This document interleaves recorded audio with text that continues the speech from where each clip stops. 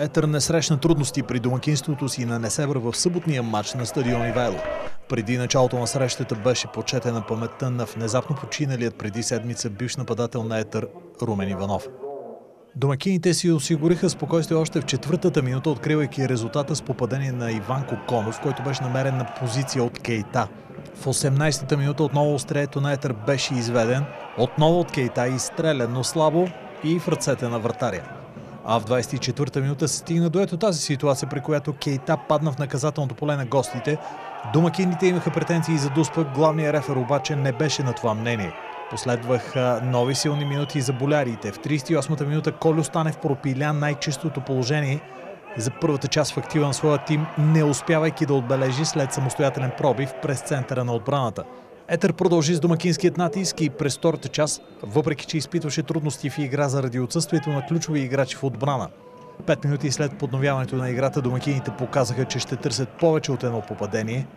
Несебър опитваше удари от дистанция, като този в 52-та минута на Сливов след корнер.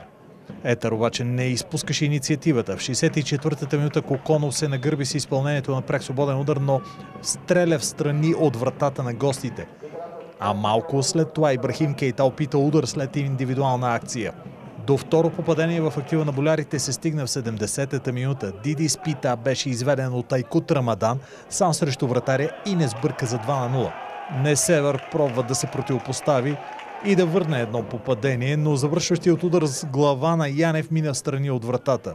Иван Коконов беше отново човека на върха на атаката на Етър, който в 76-та минута донесе спокойствието в отбора на домакините, правейки резултата класически след реализация на двойно подаване чрез Айкут Рамадан. До края на матча Етър записа още няколко удара от дистанция, единият от които спасен от Пепеляшев. А 2 минути преди последният съдийски сигнал Несебър отправиха и първия си точен удар в матча в очертанията на вратата на Етър чрез Георгиев. Но Нисторов беше на мястото си. Етър Несебър 3-0. Честта победата на момчетата.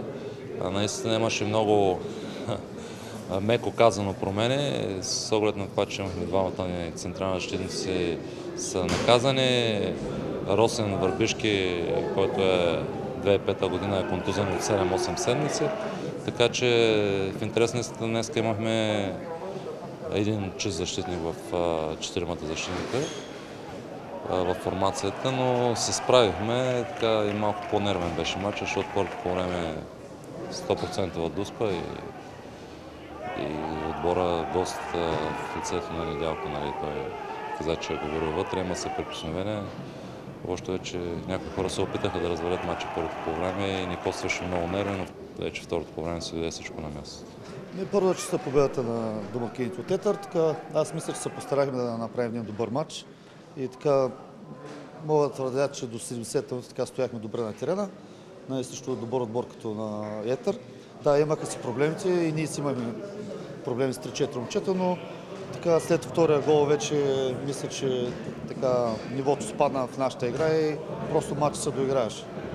За съжаление, дойдохме да спечелим точки, не можахме, но тези момчета са показали, че могат да играят. Просто искат малко повече така, време и самочувствие да могат да разгърнат своите възможности.